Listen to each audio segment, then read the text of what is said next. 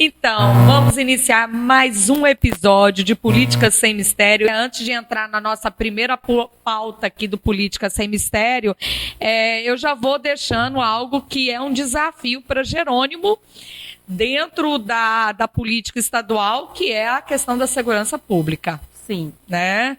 Isso aí, Jerônimo vai ter que se reinventar até para mostrar que Jerônimo é Jerônimo e que não é Rui, né? Que não existe ali um fantoche, né, de capa de Jerônimo, mas que esteja por trás ainda a administração de Rui. E que Jerônimo seja autônomo e que, de fato, ele assuma. E a segurança pública, principalmente a Polícia Civil, né, que foi ali um cálcio ainda, uma pedra no sapato, que esqueça, Rui não vai dialogar, eu acredito que já não dá mais tempo para ele fazer isso, e que o período de transição prepare novos ares e novos investimentos para a Polícia Civil. E tem uma consideração importante também, é que Rui, ele é municipalista, né? E nós não sabemos qual é o perfil ainda de Jerônimo. Então, eu acho um ponto favorável de Rui, nesse sentido, mas ainda vamos conhecer, né, quem é o governador Jerônimo. É, um tanto tímido, mas espero que ele acabe com aquela timidez e sente na cadeira de governador e ele eleito governe, não alguém por ele governe, né? Vamos ver, a expectativa aí é grande, mas vamos lá. Mas eu falei que nesses primeiros episódios aí do nosso Política Sem Nenhum Mistério, a gente vai adotar aí várias pautas ainda nacionais, porque, de certa forma, isso vai reverberar aí no trabalho que Jerônimo irá fazer. Parece que Augusto Castro já andou lá pro lado de Brasília, andou conversando mais próximo com o Otto ali, né? A expectativa do Ministério da Cidade, Desenvolvimento Regional, vamos ver como se organizará esse período de transição aí e vai criar os novos ministérios no governo Lula. Bom, falando em ministérios, a gente tem, Gorete, Leandro, grandes expectativas por criações de ministérios que são importantes dentro da nossa pauta social, principalmente para alcançar aqueles que são mais excluídos do gozo da cidadania, que está previsto no nosso artigo 6º da nossa Constituição Federal. E a grande expectativa, minha companheira aqui firme da nossa bancada e meu coligado, esse rapaz aí, que diz que está ganhando audiência por conta dos seus olhos, né? Mas ele tem política na ponta da língua, meu povo, né? Apenas os olhos azuis, não, né? Mais do que isso, esse cabelo de anjo vai longe. Vamos lá.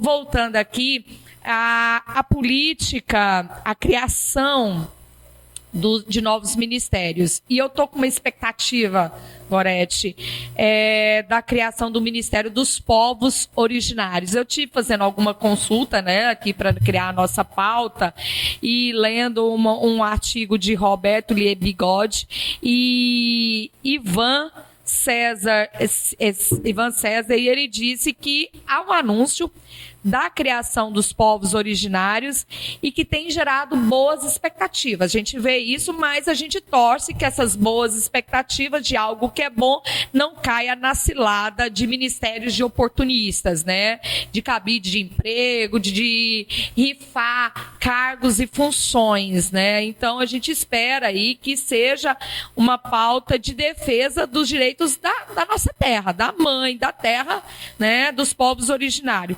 E um Brasil que grita por justiça, né? Justiça social e principalmente respeitos aos nossos povos, principalmente os povos originários, das suas culturas, das suas tradições e o que é mais importante, da sua territorialidade, né? Então, é com muita expectativa que eu acredito que seja sua também, né, Gorete? De Leandro também, porque é um biólogo, da criação desse Ministério dos Povos Originários. Qual é a sua expectativa, Gó? Eu acho que é uma questão de justiça, né? É uma questão de justiça, não só a criação do Ministério dos Povos Originários, mas o reconhecimento dos primeiros povos a existirem, a povoarem aqui antes dos europeus chegarem, né? Nós nos consideramos ocidentais, nós não somos ocidentais. Nós somos América Latina. E eu tenho falado bastante que a América Latina ela sempre foi globalizada antes da Europa. Por quê? Justamente porque por causa dessa miscigenação, dessa existência de povos originários, né? E a gente não restringe a questão indígena apenas, né? Nós temos os quilombolas e muitos dos movimentos de conquista, seja conquistas sociais, seja na área dos direitos das mulheres, direitos políticos, os negros e os indígenas, eles estavam por trás desses movimentos, né? Os quilombos.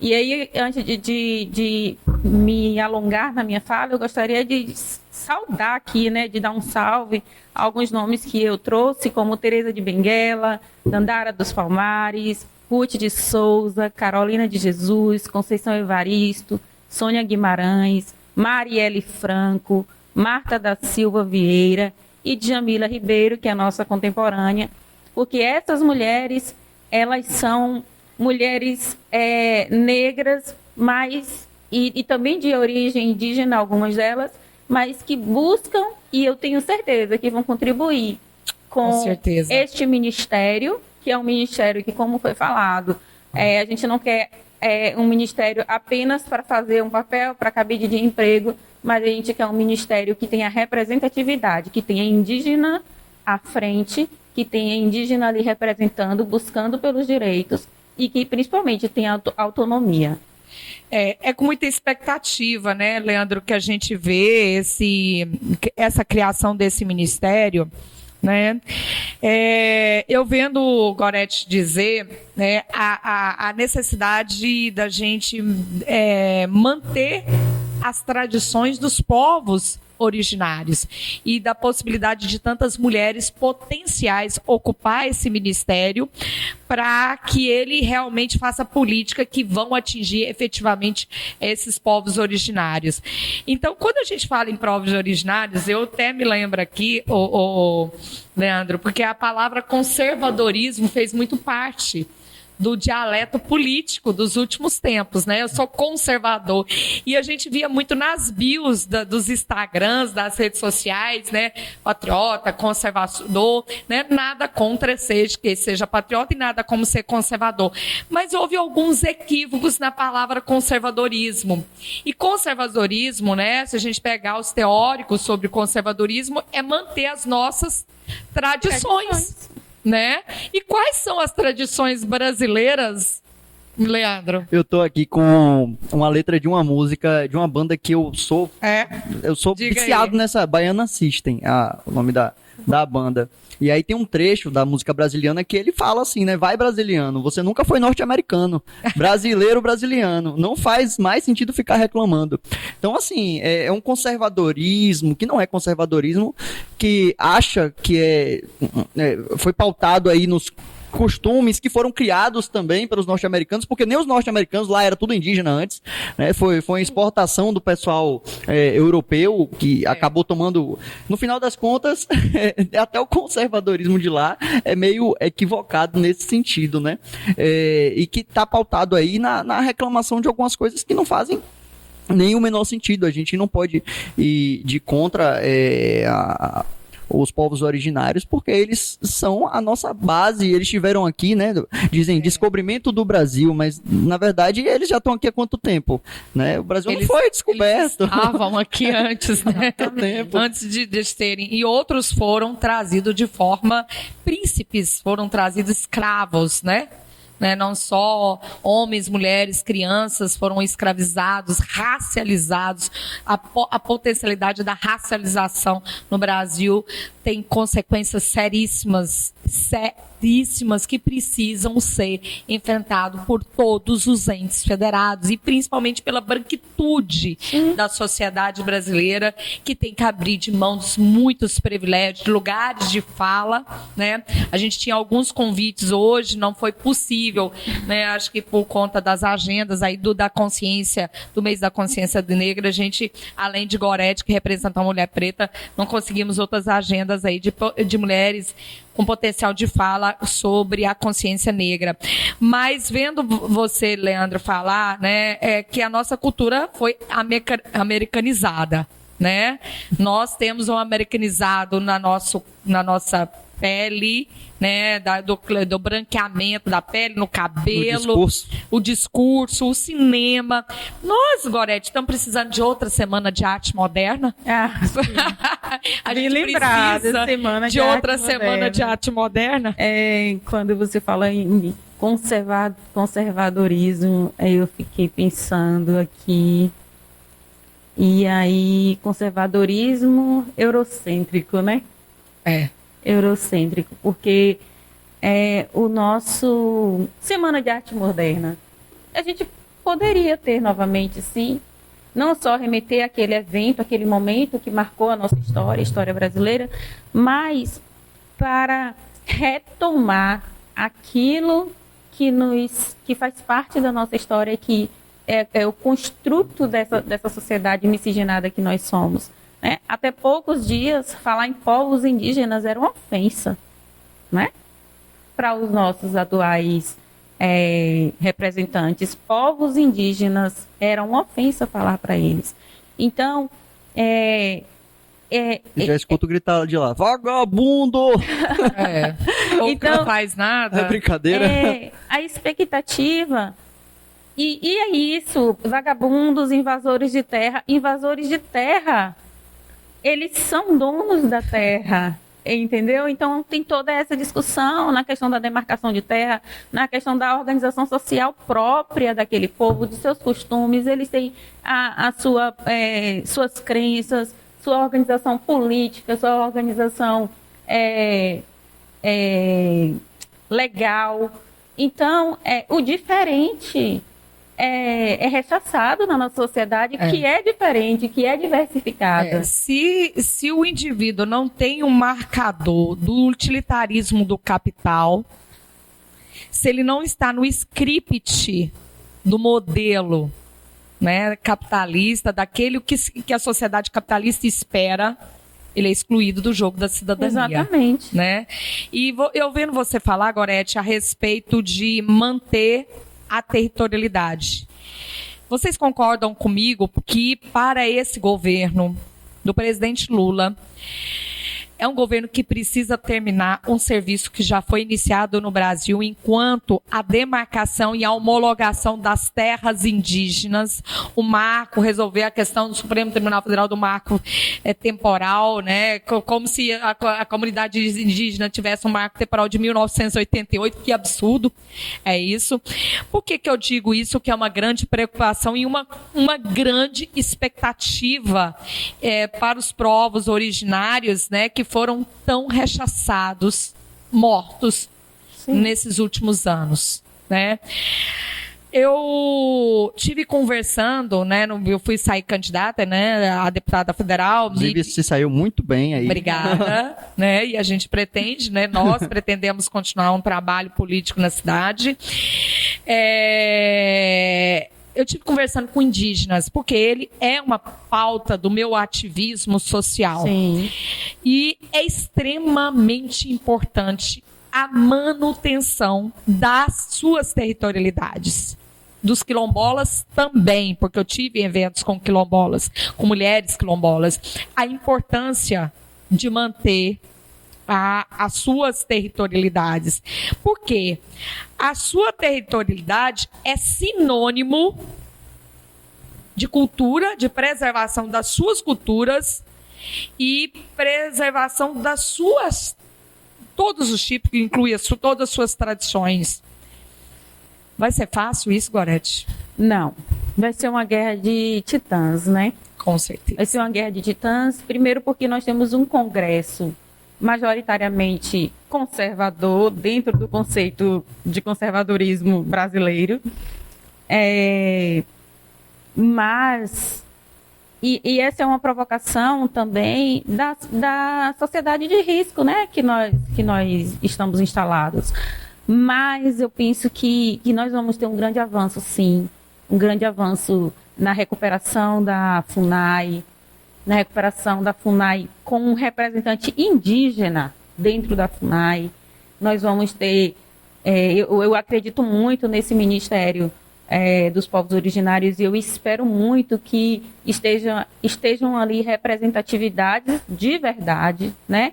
E que existam políticas públicas efetivas, políticas públicas efetivas que garantam a segurança dessas pessoas, sim, porque nós estamos vendo garimpos ilegais, nós estamos vendo indígenas sendo assassinados, crianças indígenas sendo estupradas, nós estamos vendo os defensores dos indígenas sendo assassinados. Então, é um momento crucial, né? Não eu paro assim para me colocar no lugar dos nossos futuros governantes, e eu penso que eles estão no campo minado, né? Eles estão no campo minado, mas eu penso que a gente vai avançar. A gente precisa avançar, porque essas pessoas, elas não estão ocupando o lugar de ninguém quando dizem, são invasores de terra. Elas estão buscando aquilo que lhe é legal e legítimo. Exatamente. Ô Gorete, quando você fala da FUNAI, eu tive, Leandro, conversando com caciques aqui da região. E um cacique do Tupinambás me disse, olha, o que a gente mais quer é a nossa autonomia. Eles não querem tutores, entendeu? Eles querem autonomia, eles querem proteção, essa proteção que você está dizendo, mas ela não querem que a FUNAI, fazendo esse adentro aqui, que a FUNAI sirva de um papel de tutor desse, porque eles são capazes, eles precisam de políticas públicas, porque são, na maioria das vezes, agricultores, né? Eu tive na terra dos Tupinambás, produz uma polpa de graviola, Gorete, deliciosa. Faz aquele suco com cara de sorvete? Sim. Uma delícia, que você coloca aquele leite condensado. É delícia. Com leite, bate e ficam... eles produzem chocolates 100%, bola de chocolate 100% cacau. Sim. Um beijo a todos Tupinambá, Jéssica Tupinambá, né? E eles produzem, só que precisa de políticas para a exportação desses produtos, que é muito valorizado no mercado internacional. E aí eu já passo a palavra, porque nós temos a nossa bancada aqui com biólogo. A gente já vê aí, né, como você falou, a FUNAI, que depende do governo, né? A FUNAI, ela é um órgão federal, que tudo bem, serve como tutor, né? Por isso que os indígenas, esses povos indígenas como os Tupinambás estão querendo aí autonomia. Porque se a FUNAI, ela venda os olhos para o problema, de que está servindo, né? Eles não vão, em vez de terem ajuda ou não terem diferença, eles vão ter um prejuízo maior, porque eles não vão conseguir alcançar o direito deles. Mas eu quero te explorar, Leandro, em outro sentido. Sim. Você é um biólogo, né? Tá aí nas eminências já de formar a tua graduação. Então, eu quero te explorar no seguinte sentido. Nós estamos na época da COP27, né? Qual é a importância, né, dentro dessa criação desse Ministério dos Povos Originários para essa demanda internacional de cooperação, de cooperações internacionais, para a gente atingir metas tão importantes, né, com a contenção de gases no efeito estufa, principalmente o CO2. E qual é o protagonismo que a gente sabe que tem, você pode explicar melhor do que eu, porque você é a sua pasta, dos povos originários nessa manutenção? Na última COP, por exemplo, eu sou filiado à Rede Sustentabilidade, uma das indígenas que participou aí da COP foi a Ariene Sussui. E, assim, é um povo que entende, de fato, do que está falando. Quando a gente vai para a sociedade contemporânea, aí, esses traços ocidentais que a gente tem, né, a urbanicidade da coisa, né, por mais que não só isso, tá? Até, vamos dizer, o pessoal que tem roça, fazenda, a gente não vê um apego, de fato, com a vida. Sim. É uma coisa básica, que os indígenas, eles foram ensinados aos troncos da vida mesmo, aos trancos da vida, de que eles precisam da natureza para sobreviver e precisam também manter essa natureza intacta, porque se eles modificam ali o cenário demais, eles não vão conseguir ficar ali. Isso aí, evolutivamente falando, da história do ser humano, é uma coisa que eles tiveram que aprender. Para eles ficarem fixos, claro que nem todos os povos indígenas são fixos, tem alguns nômades e tal, mas vamos falar de aldeias aí, por exemplo. Para eles ficarem ali, eles têm que estar em harmonia com a natureza.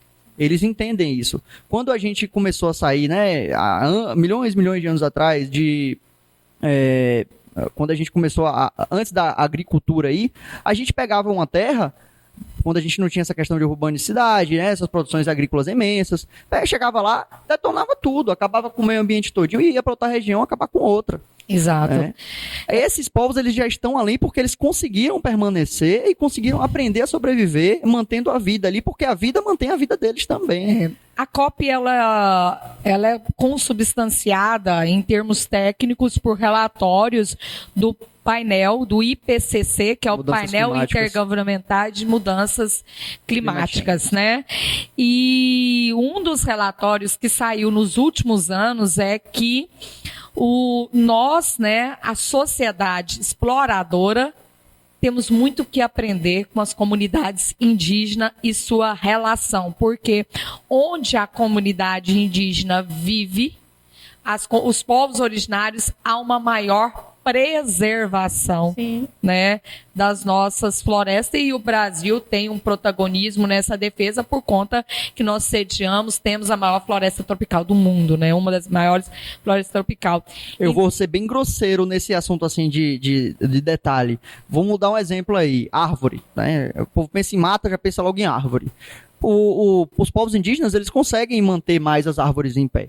O que a árvore é para um biólogo? É crédito em carbono. O que a árvore é? É carbono. Quando a gente começa a quantificar as árvores, né, em uma floresta em pé, é o carbono que está se acumulando ali. Quando esse carbono ele é retirado dali, ele é devastado, ele é queimado, ou seja lá o que for que a gente faz, no final das contas, feito de combustível, vai para a atmosfera. Então o carbono que estava na árvore ali, tranquilo, servindo a vida, servindo aí a manutenção climática, porque existem rios que percorrem os ares aí, rios inteiros, porque que mantém a umidade mantém o clima, só porque a árvore está em pé. Então são diversos fatores, que uma coisa basal, porque o índio sabe que tem que ter respeito ali, seja pela religiosidade dele, seja pelo conhecimento que ele tem, porque o índio tem um conhecimento fantástico sobre a natureza, que se ele manter aquela árvore em pé aí, não vai ter tanto problema assim, é uma coisa básica, entendeu?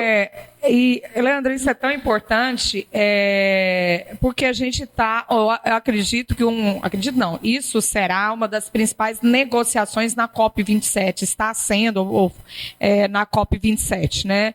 Que é a questão do net zero, que é manter a balança, né, do que se emite de CO2, um dos principais gases, e o que você vai fazer para compensar. O net zero é uma forma de compensar. Quem produz vai ter que compensar, né? E quando você fala do CO2, né, você falou muito bem, né? Ele é um depositário natural, porque tudo na natureza tem lugar, é um depositário natural do CO2. Né? É uma caixinha que guarda o CO2. São as árvores, o CO2 que é guardadinho ali, né? Uma vez desmatado, o CO2 vai para outro lugar. Ele não some, não degrada, ele vai para outro lugar que vai no efeito estufa, que causa vários malefícios com o aumento da temperatura da Terra. Então, vamos ver. E já está falando até mesmo, dentro dessas políticas de CO2 para compensar, ter caixas subterrâneas, você viu isso? Caixas subterrâneas para guardar o CO2. Quer dizer, se não guarda na árvore, vamos arrumar uma caixinha subterrânea para guardar esse CO2. Então, é muita expectativa, né, que nós temos. Quando você está em casa aí, meio-dia, em uma casa de forro, queimando, fervendo, começando a passar mal, febre, o que acontece quando seu corpo esquenta demais? As proteínas começam a desnaturar. A proteína é tudo que faz seu corpo funcionar. a nível minúsculo. Você começa a ter problema de saúde porque você tá com calor, mas se você for para o meio de uma floresta dessa aí, para uma aldeia indígena que tá lá protegido, ele vai estar na maior fresca. Só uma comparação aí, bem do mesmo horário do dia, só que em situações completamente diferentes, né? Hábitos completamente diferentes que vão trazer também a saúde e vão trazer aí até uma expectativa de vida maior. Então é com muita expectativa, né, que a gente pensa na criação, né, e de quem será a liderança também desse ministério. E recentemente, só complementando aqui um pouco do que... Complementando não, né, porque ele fala com tanta autoridade, só pincelando mesmo. Recentemente, né, com aquelas queimadas lá na Amazônia, nós vimos reflexos nas grandes cidades de poluição, de pessoas ficando doentes. Então, é impossível você não visibilizar isso, né? É impossível você negar isso, né? E os povos originários, eles abraçam a natureza de uma forma divina. Exato. De uma forma divina. E nós somos colonizados e repetimos o comportamento dos nossos colonizadores no sentido de impor costumes, de impor comportamentos, de impor educação, sendo que eles têm os costumes, as crenças, a educação deles que, quiçá, seja até melhor do que a nossa, né? Menos destrutiva do que a nossa. Temos, né, os próprios cientistas, né, que são vários espalhados no Brasil, todos que promovem o estudo e depois a elaboração desse relatório, dizem, do IPCC, né, que nós temos muito que aprender com as comunidades indígenas, né, que é aquele que vive em total simbiose, né, com a natureza.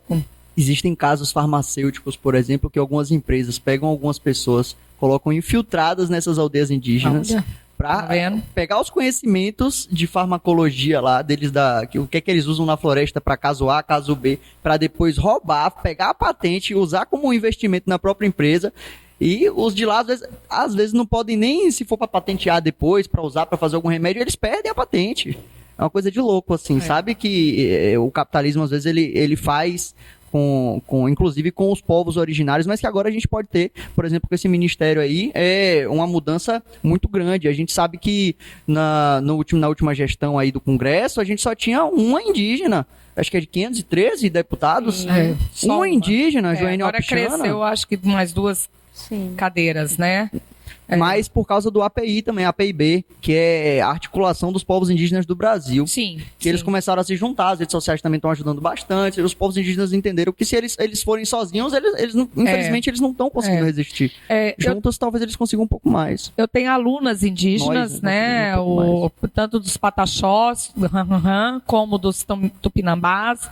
E eles dizem, por mais que a gente tenha conhecimentos tradicionais, milenares, tem algo também que a gente precisa aprender para poder defender as nossas comunidades. Então, eles estão estudando, estão fazendo faculdade, né? Eles estão... e isso não descaracteriza como povo indígena, pelo contrário, né? Estão na universidade, não é que eles não podem portar um iPhone ou nem usar uma caminhonete, porque diz que não pode ter iPhone, porque tem que ficar na oca, tudo. Vamos tirar esse misticismo,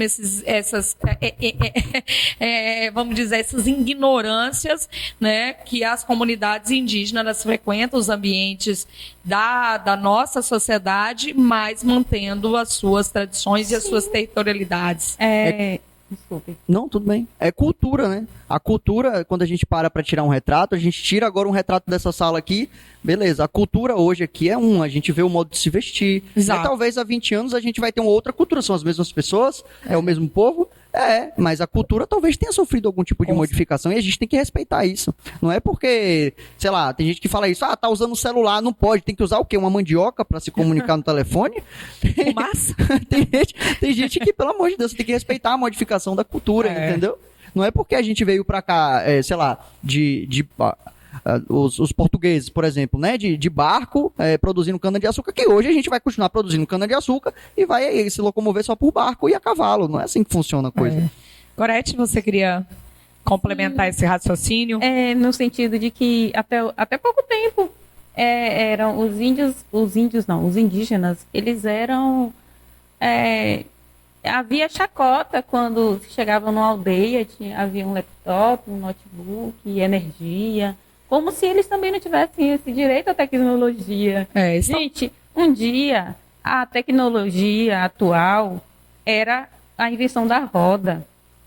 Hoje a tecnologia atual é isso aí que a gente está vendo. Então todas as comunidades, elas têm tecnologia avançada e podem usufruir dessas tecnologias. É um direito, né? É um direito de todos. A tecnologia é um direito de todos. O direito da tecnologia na ciência, na medicina, é um direito de todos.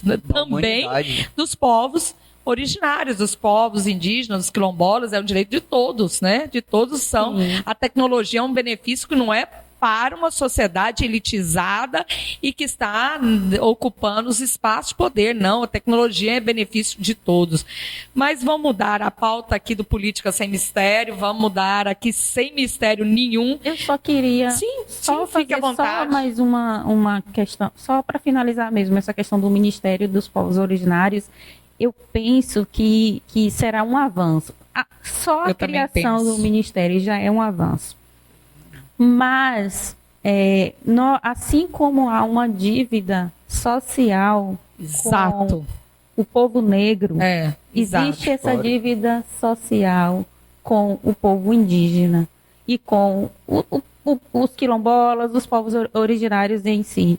Então, esse governo ele tem a obrigação, a responsabilidade de trazer para o palco, de trazer para o protagonismo esses povos que são os protagonistas reais da existência desse país, da existência cultural deste país, da existência da natureza desse país, porque ainda persiste, embora esteja e não esteja mais, né, como foi dito pelo atual presidente do Executivo Nacional, que está intacta como na época de Pedro Álvares Cabral. Acho uma piada ridícula, não é para rir.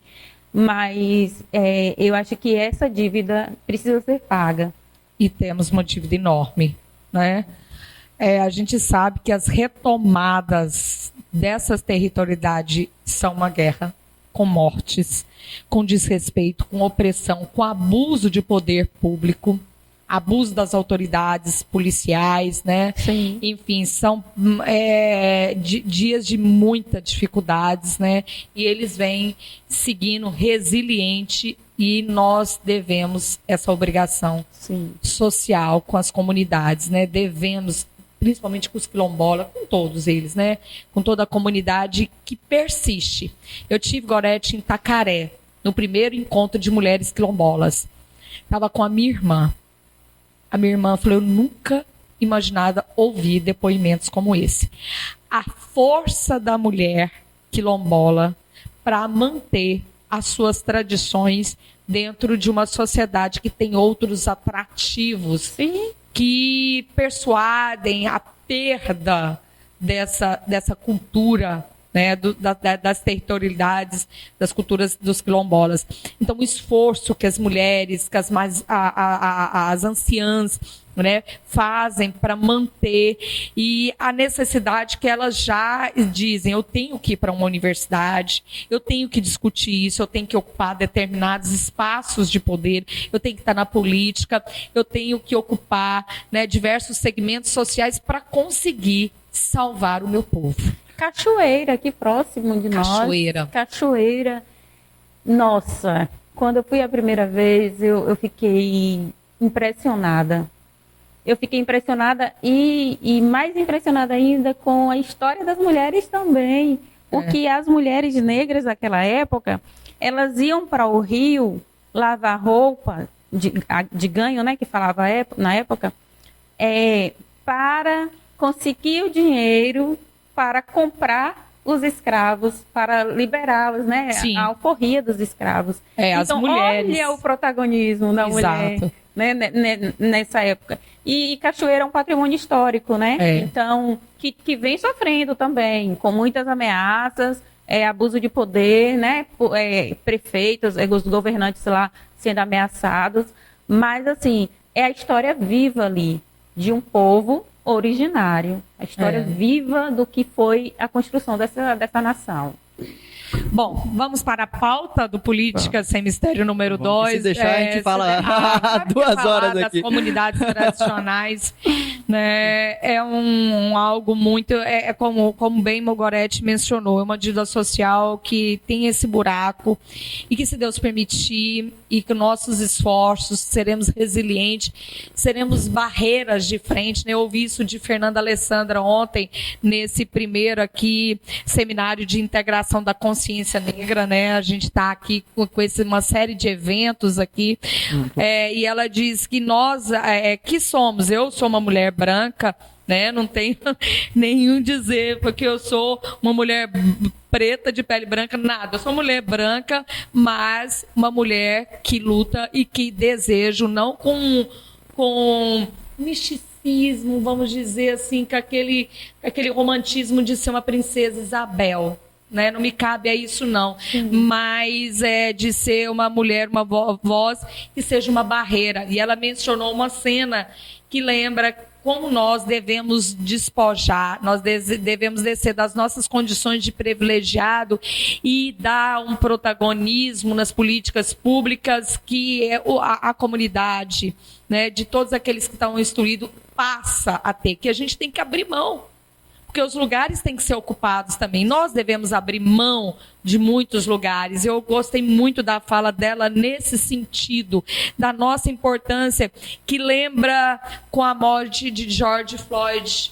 Sim. Quando a polícia estava ali para conter aquele movimento que ganhou um movimento internacional, né, que ganhou uma repercussão internacional, que ele reverberou em vários países, inclusive aqui no Brasil, na época também, e que os brancos faziam aquela barreira, se ajoelhavam na frente dos pretos, como diz, aqui vocês não passam, vai ter que atirar primeiro nos brancos, porque nós vamos proteger os pretos. E nós temos esse dever como dívida social, né? Tudo bem que eu não sou signatária do processo de racialização, não sou signatária.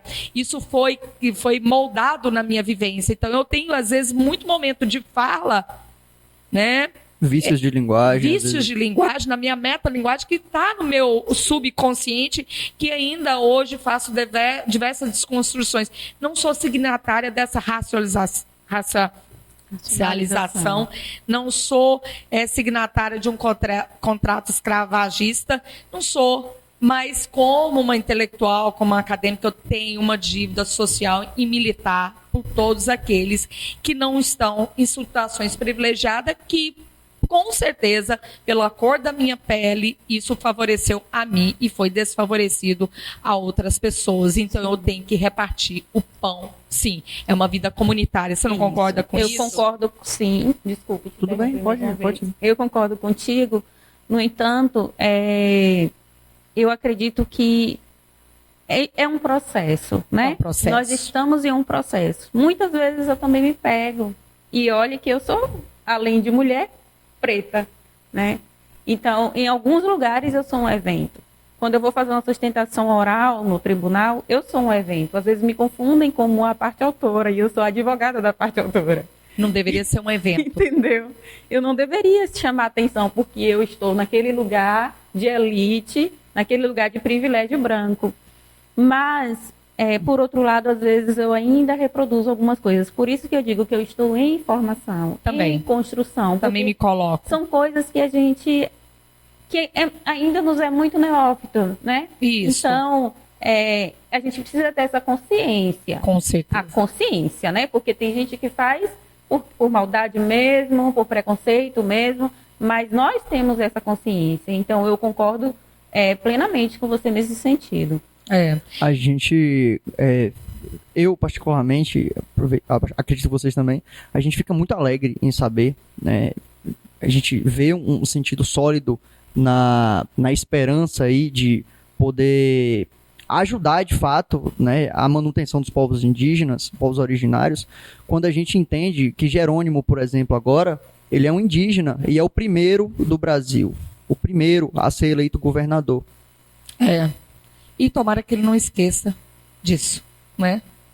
e lembre principalmente das comunidades indígenas baianas e da importância da manutenção dos seus territórios, da demarcação de algo que ainda não foi concretizado em vários territórios aqui baianos. Mas a pauta número 2 do Política Sem Mistério. Mas você queria falar, Oreste? Não, eu ia só fazer uma chacotinha. Ele é sempre aberto. Eu ia só fazer uma chacotinha, assim, com todo respeito ao ACM Neto, que é um político respeitado, né? Até então, ficha limpa, uma pessoa respeitada, muito respeitada em Salvador. Eu o respeito muito quanto político, quanto pessoa. Sim. Mas me ocorreu essa fala dele de Jerônimo ser indígena e o fato dele ter se declarado negro. Pardo. Pardo. Não, eu não sei se talvez... no final das contas, os benefícios... Ele que queria contrapor, né? Não, é um pardo disputando com um indígena. Eu não sei se me ocorreu essa besteira nesse momento. Eu, de fato, o episódio, eu acho que contribuiu, várias...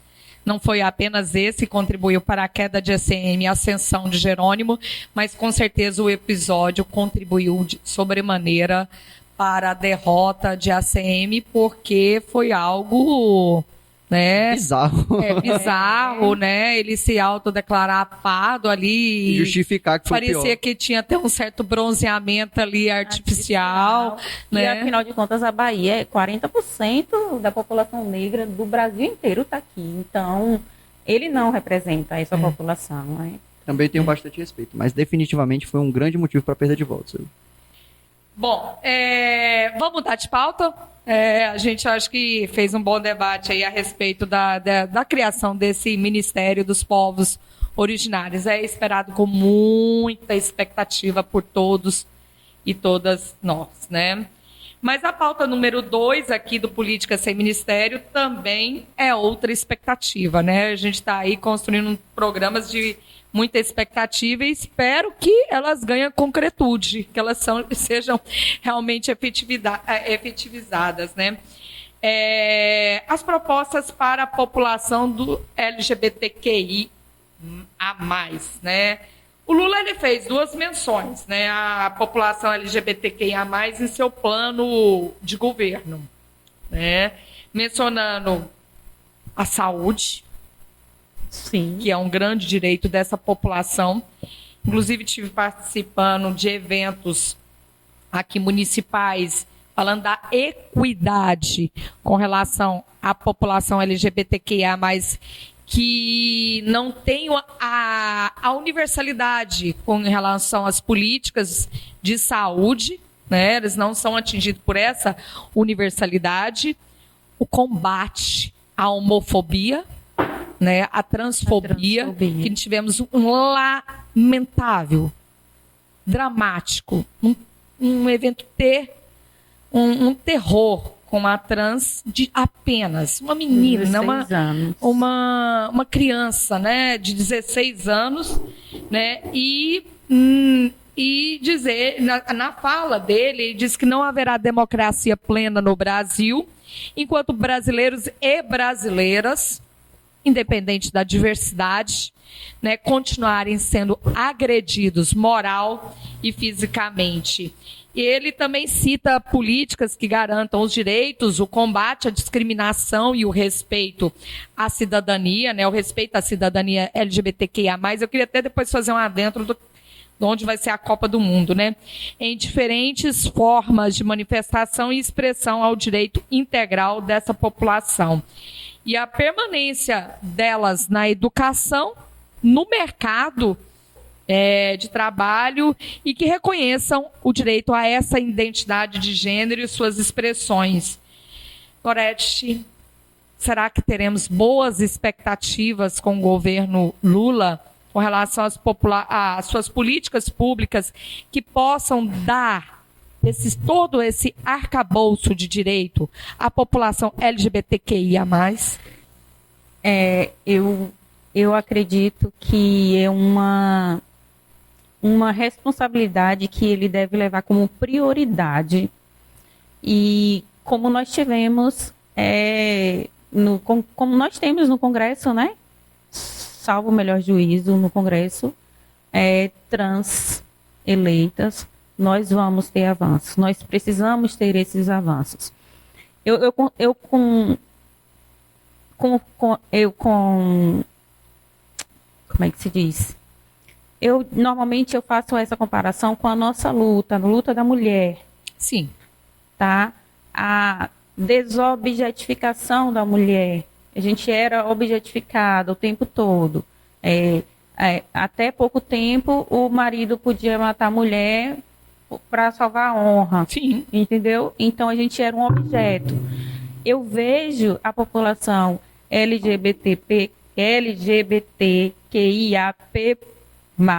tem mais uma letra. Tem um P aí. Vejo como... Eu vejo que a população vê como objetos. Sim. Como se aquela pessoa, por uma identidade, uma orientação sexual, não tivesse uma alma. Né? Eu fico fazendo essa reflexão, como é que um ser humano que é igual a essa população tem coragem de fazer a maldade que faz. Né? E essa é a nossa luta, é a luta da mulher, que nós lutamos todos os dias para não levar um tapa na cara do nosso companheiro ou da nossa companheira. Nós lutamos todos os dias para não sermos assassinadas pelo simples fato de sermos mulheres. Essa é a luta dessa população LGBTQ+. Porque essa população precisa ser vista como sujeitos de direito também. Como pessoas que precisam ter direito à vida. É direito à vida que nós estamos falando, é dignidade humana, princípio fundamental da nossa Constituição. Então, não é mais admissível que um adolescente de 16 anos, por causa de sua orientação sexual, porque ali não há dúvida de que foi um crime de transfobia, né? Ser assassinada porque ela não se identifica com o gênero com o qual ela nasceu. Isso é inconcebível. E aí a gente veio dessa eleição totalmente destrutiva emocional e mentalmente para a gente, porque era o tempo todo se falando em destruição da família, como se essa população fosse destruir a família. Essa população, um gay, um homossexual, uma lésbica, só vai destruir sua família se você quiser trair com um deles. Entendeu? Eles são a própria família deles. Então, eu vejo assim eu não vejo só com expectativas. Eu vejo como uma prioridade. É preciso priorizar, porque é o país onde mais se morrem pessoas homossexuais. Se tornou um país que se mais mata. Isso não pode, isso tem que ser internacionalmente discutido, repercutido. E é mais uma responsabilidade do Lula.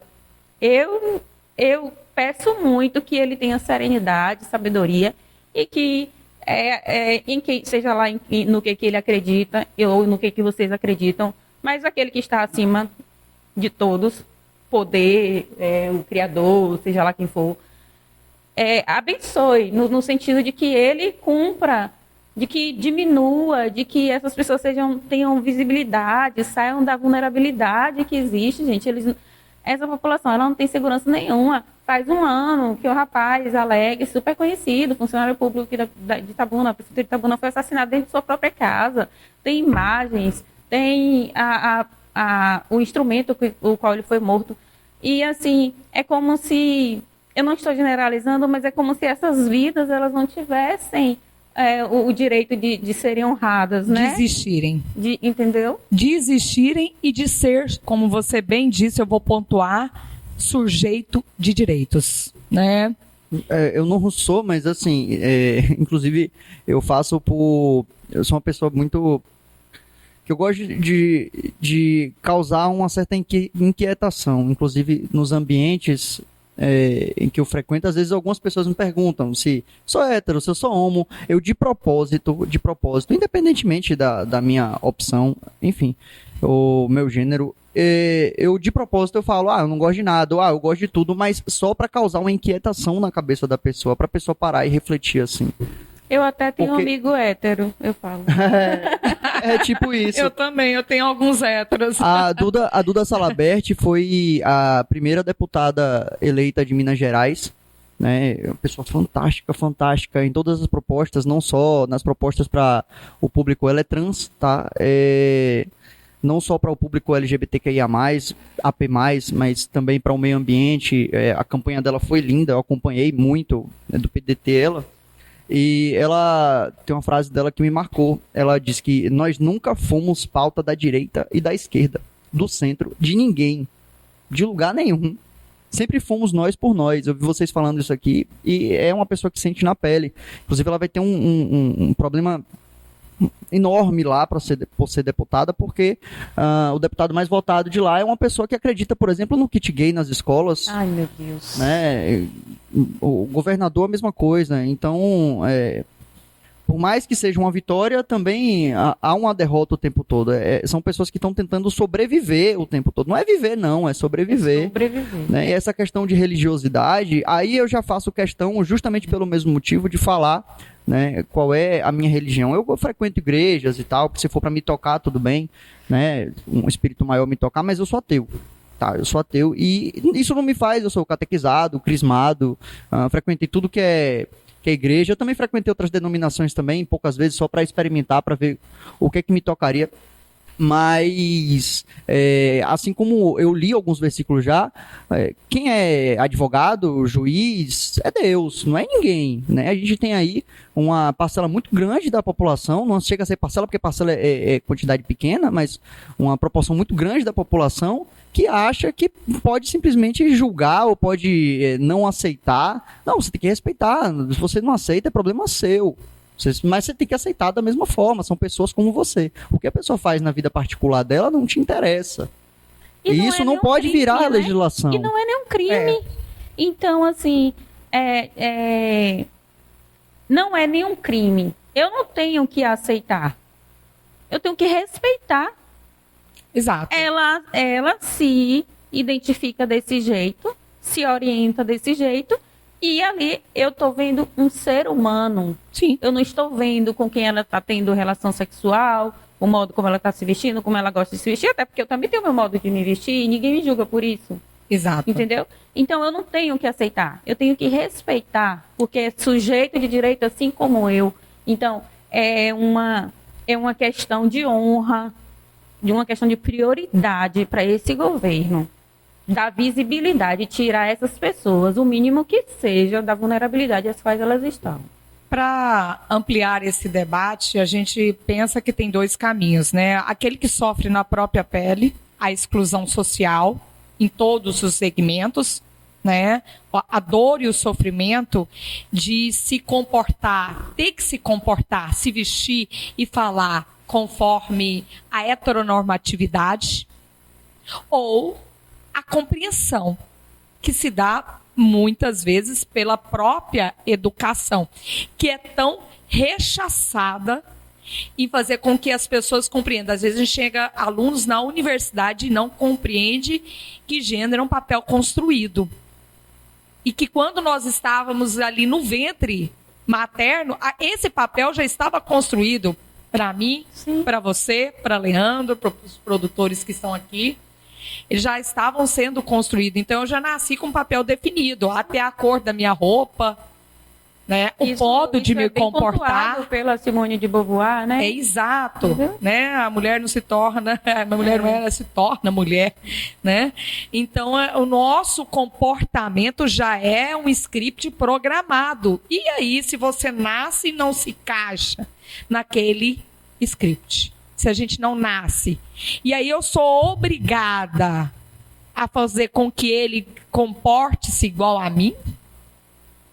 Que ele tenha um comportamento porque aquilo que o mercado, ou que a sociedade, ou que os ditos tradicionalismos, que às vezes não são os nossos, se comporte tal como? E para isso eu vou até utilizar de violência e de exclusão? Sim. De técnicas governamentais, que a gente chama de necropolíticas. De leis, né, que mantém esse pessoal na subalternidade. Eu dizia, né, nem na subalternidade, mas na invisibilidade, e técnicas que sutilmente, ou nem sempre sutilmente, eu acho que eu até prefiro mudar, agressivamente, violentamente, os exclui. Latente, né? Latente. E isso a gente vê em todos os segmentos. Então, a gente pode, né, dizer que, trazendo para o nosso contexto aqui, para o nosso debate, eu não vou entrar no contexto policial, que não cabe a mim, até pelo fato de ser delegado de polícia, e não entrar direto nesse debate, mas a questão de Cauana, ela gritou por socorro. Ela gritou e os seus próprios pares, seus vizinhos, né, ali, aquela comunidade ali, escutou e não atendeu os gritos daquela menina ali. Mas eu preciso mudar de assunto aqui, né? A gente refletiu nisso daí. Não é só um adendo assim, não é uma coisa exclusiva, tá, de ignorância, porque ignorância significa pessoa que não tem conhecimento. Vou dar um exemplo muito grande aí que eu vivi com um colega na universidade, tá, onde as pessoas lá estão se formando, lendo livros e livros. Universidade. Totalmente o contrário, e totalmente, com certeza, tem todos os tipos de pessoa que você imaginar, e totalmente contrário à ignorância, né? Livros e livros é conhecimento sendo esbanjado o tempo todo, e porque um colega uma vez decidiu ir com uma saia, o que ele recebeu de gente que ia bater nele, e assim, são pessoas que ele ficou um tempo com trauma. Eu não sei se até hoje ele tem um trauma disso, mas provavelmente, porque colocou uma saia um dia, né, e pessoas que se dizem assim, em respeito do amor, da família, e aí a pessoa que ameaça bater em outra pessoa porque vestiu uma saia, pode ser hétero e vestir uma saia, não importa, né, isso aí quem faz isso é bandido, não é... Eu imagino a dificuldade que ele deve ter passado por esse dia e que ele seja resiliente e continue usando a saia, né? Mas eu preciso mudar de pauta, que o produtor já ali acenou com o nosso tempo, mas não podemos encerrar esse programa, esse episódio que está dentro do mês de novembro, sem falar do que significa o mês de novembro para a consciência negra, né? Aqui em Itabuna, eu quero parabenizar todas as instituições, a Secretaria de Educação, no nome de Júnior Brandão, a FIC, né? Aldo Rebouças, não é isso? Beleza Negra, UESC, Rede UniFTC, Instituto Federal, CMPCI, né? A Cicope, a TV Santa Cruz, o Sebrae, o Simples, o SESC Senat, o Lions, Faculdade de Santa Agostinho, a AFIA, todos esses que se uniram aqui, talvez eu não mencionei o nome de todos, mas que se uniram, né, para a organização do Seminário Integrado de Consciência Negra. E eu achei maravilhoso, né, porque tem uma série de programações aqui durante o mês todo, né, uma série de programações durante o mês todo. Eu acredito que a FIC deve estar divulgando. A gente tem que parabenizar quando as iniciativas são boas, louváveis, né? E esse aqui é um grande evento para que se discuta. Por mais investimentos nesse sentido. Exato, né? E eu tive participando desse primeiro painel aqui, ó, as faces do racismo estrutural e institucional, né? E ali tinha com o meu grande amigo, assim, eu falo porque eu gosto muito dele. Eu até gravei um vídeo que ele cantou uma música muito bela sobre bullying, de racismo estrutural nas escolas. Eu vou colocar logo nas minhas redes sociais, Ignaldo França, a Maria do Carmo Rebouça, representando a UFSB, e que eu gosto muito dela, de ouvi-la, a doutora Flávia Alessandra da UESC, e a mediação foi de Lília Lima. Mas aí eu quero contar para vocês qual foi a minha impressão que eu tive. A fala é poderosa, extremamente poderosa e constrangedora. Ela nos angustia ouvir todos aqueles depoimentos ali, daquelas mulheres que já são poderosas na fala da consciência negra. Eu ouvi Flávia Alessandra, eu ouvi Ignaldo França falar. São falas muito poderosas, são falas que nos constrangem, principalmente para quem ocupa espaços onde a branquitude está presente. Então, são falas muito poderosas, necessárias, mas eu queria ir mais. Eu estava conversando com o Gorete, a impressão que eu tenho frequentado, e eles falaram a palavra cansaço. Né? São resilientes, vão manter resiliente, mas a palavra cansaço. Gorete, precisa furar a bolha. Sim. Precisa esses movimentos furarem a bolha. Né? A impressão que se dá que são os mesmos personagens que estão sempre nesses movimentos, os mesmos pares do auditório, né? E que essa bolha precisa furar, ela precisa atingir os protagonistas dessa repressão, da racialização, que é a branquitude. Então, ela precisa atingir ambientes onde são técnicas de governo para a eliminação dessas pessoas pretas, que são as instâncias governamentais e, principalmente, utilizando a fala de Angela Davis, o encarceramento. Sim. A Força de Segurança Pública, porque Cauana gritou e ela não foi atendida. Não foi ouvida. Né? E quantos procedimentos criminais que são só movidas porque há movimentos sociais que o impulsionam a levar uma autoria e prisões.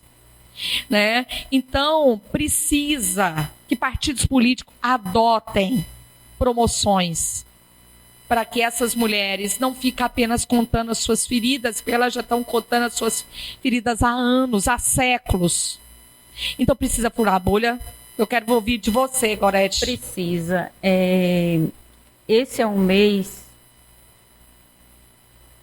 em que as atividades elas são representativas, sim. Sim. Mas elas são no sentido de mostrar as necessidades políticas que a população negra tem ainda, né? Só que nós estamos falando, e aí eu estou falando aqui de mim para mim mesma. Nós estamos falando para nós mesmos.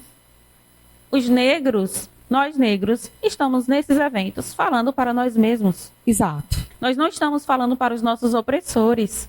Exato. É isso que eu estou sentindo falta. Muitos desses patrocinadores não estão ali.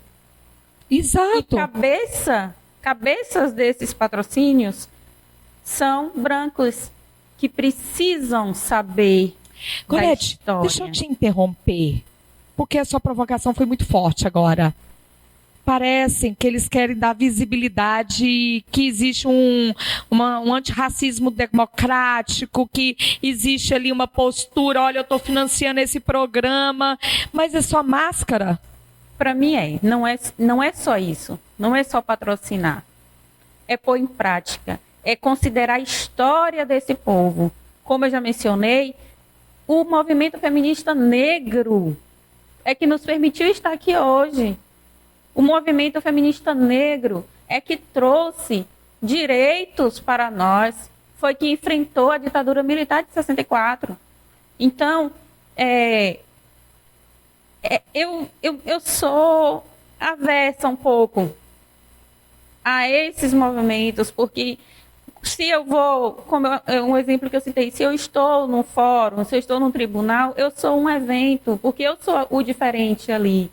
Mas nesses eventos, eu sou só mais uma que vai ouvir mais do mesmo. E não é, esse público tem que ser diferenciado. Furar bolha é isso, é abranger os nossos opressores.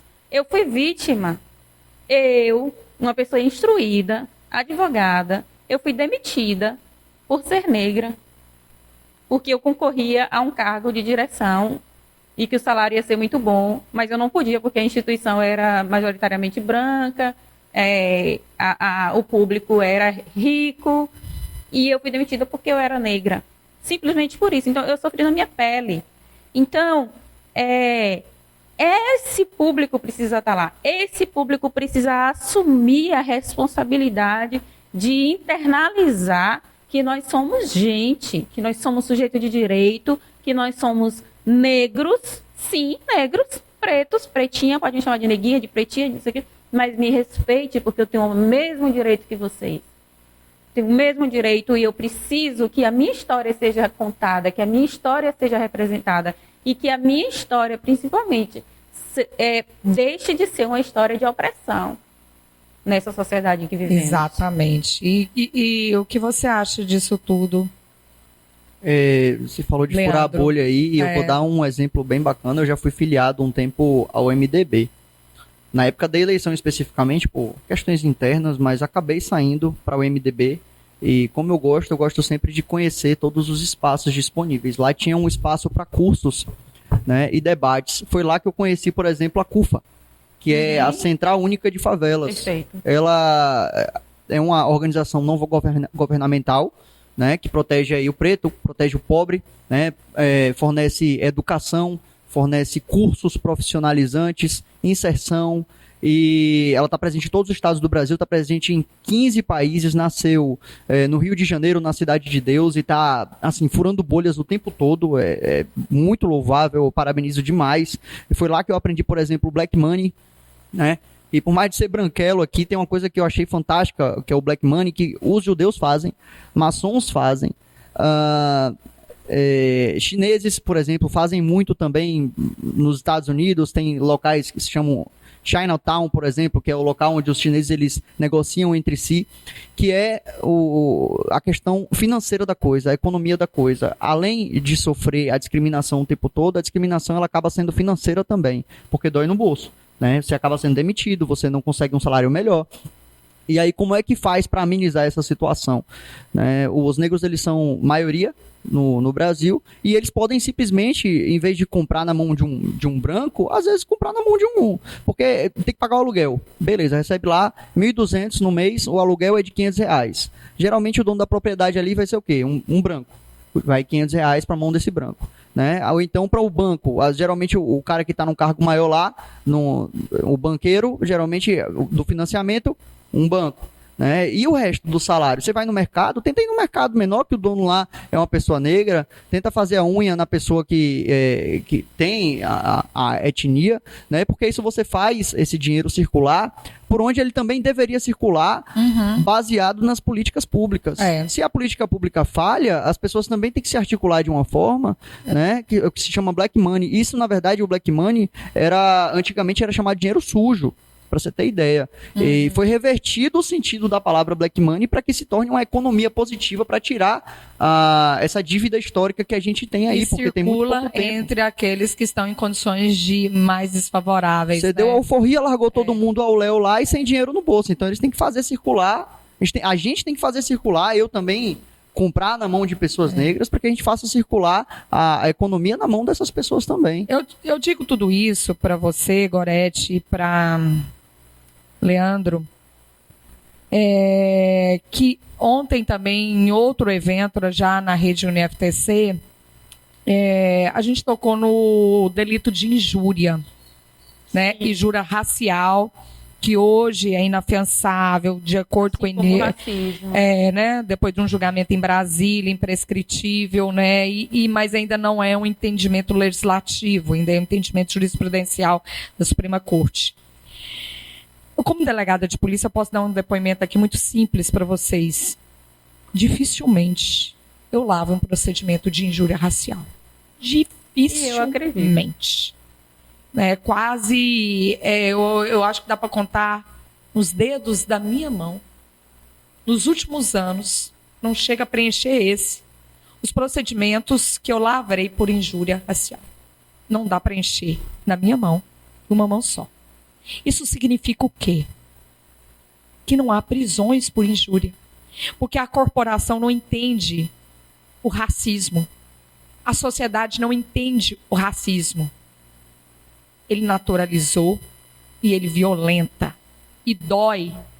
E aquele que diz que dói, você está achando chato, não pode ter nem piada mais.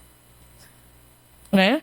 Então, por isso que quando eu chego nos eventos desse, ele não deveria estar falando apenas para os pares, claro, porque os pares também têm que escutar, evidente, a gente se sente ali comovida, constrangida, né? E aumenta a nossa dívida social a cada evento desse, no nosso papel enquanto agente público, mas ele deveria estar falando para meus pares, para a minha corporação, para as forças de segurança pública.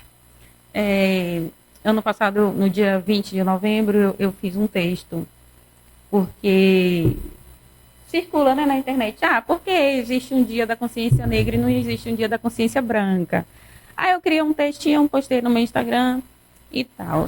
E aí a gente tem que ficar se explicando por que existe o dia da consciência negra e não existe o dia da consciência branca. E ainda tem aqueles que deslegitimizam o 20 de novembro, associa só ao 13 de maio ou vice-versa, entendeu? Então, o que acontece? Nós precisamos, mais do que nunca, estabelecer essa questão histórica de obrigação que a gente tem para contar a nossa história. Nós somos as pessoas que formaram a história desse país. Exato. Nós somos as pessoas que formaram o sul desse país, que construímos o sul desse país. Somos hoje, sofremos xenofobia, né, interna. Então, o 20 de novembro ele é muito especial. Ele é muito especial, mas ele vai ficar mais especial ainda quando as pessoas como a senhora, que é branca, que não sabe a dor, vocês, né, que são branquinhos, que não sabem a dor que um negro sofre na pele, mas sentem empatia. Exato. Assumirem o papel de ir para esses eventos, de ir para esses lugares, para buscar mesmo informação, conhecimento e brigar por nós também. Porque senão só vai ser mais um evento. Vai ser aquilo, eu falando para mim mesma. Entendeu? Não pode. Bom, o nosso produtor já ali acenou, nós estamos no final aqui do nosso episódio, como sempre, maravilhoso, como sempre, uma discussão que faz a gente, nós mesmos que estamos aqui nessa mesa a refletir, a gente espera que isso atinja vários lares, várias discussões, que seja objeto também de estudo, que seja utilizado também, né, para alcançar essa reflexão e esse momento que a gente precisa vivenciar.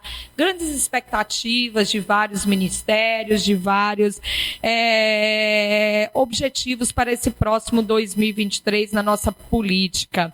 Então, a gente sempre termina agradecendo você, principalmente que nos assiste, né, aquele que se dispôs aí a tirar um tempo para refletir com a gente tantos assuntos que são importantes para as nossas vidas, para a nossa convivência social saudável, livre da intolerância, do racismo, que adotamos condutas antirracistas, né, que a gente tenha esse pautar, não só reflexivo, que entra na nossa compreensão essa necessidade de mudança, de progressão, né, de termos políticas progressistas, principalmente agora em 2023, a gente sabe que o mercado está sempre nos cercando, mesmo sendo ali um governo do PT, que não vai ser um governo do PT, a gente vê que várias siglas vão estar trabalhando nesse governo, mas que a gente possa refletir e que essa atitude parta também do indivíduo, de uma forma individual. Então, muito obrigada, Gorete. Muito obrigada, Leandro. A gente agradece muito a presença de vocês aqui. E vamos terminar com esse pinga-fogo, né, com algumas palavras aí que vocês vão resumir em palavras também, em uma única palavra. Cauana. Injustiça. Chega a arrepiar. Cauana, Leandro.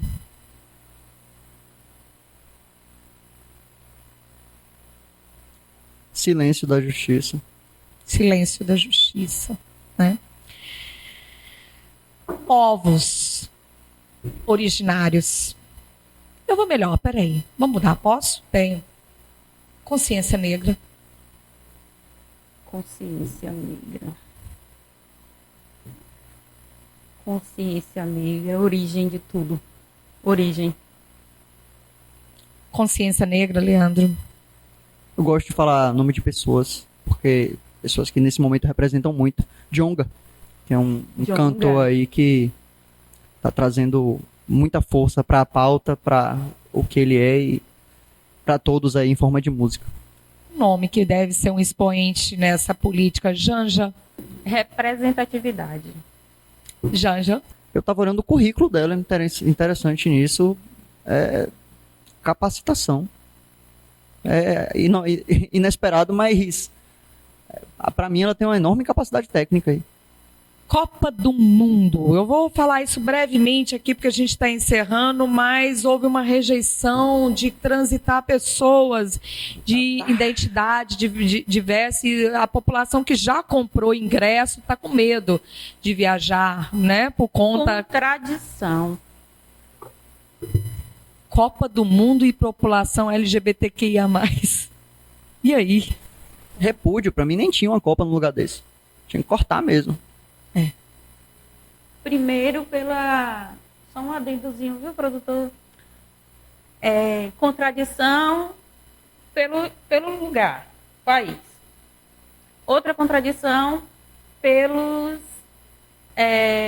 pronunciamentos de alguns jogadores da seleção brasileira em favor de um governo totalmente opressor, né?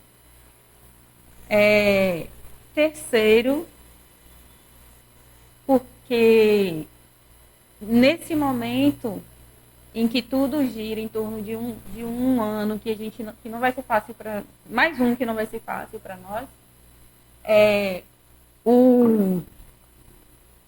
o futebol é o ópio, né, do povo. Vamos lá, né? Eu vou ter que encerrar e eu já vou agradecendo aqui a você que esteve com a gente nesse período. Muito obrigado. Nós encerramos mais esse episódio de Política Sem Mistério. E com essa perspectiva de ter uma abrangência de políticas sociais que atinja a todos e a todos. Vocês que estão precisando respirar um ar de paz, de cultura de paz. É isso que a gente espera. E que o Brasil seja campeão, né? Que traga o caneco aí e mostre essa justiça social que tanto a gente precisa para 2023. Um beijo. Tchau, tchau.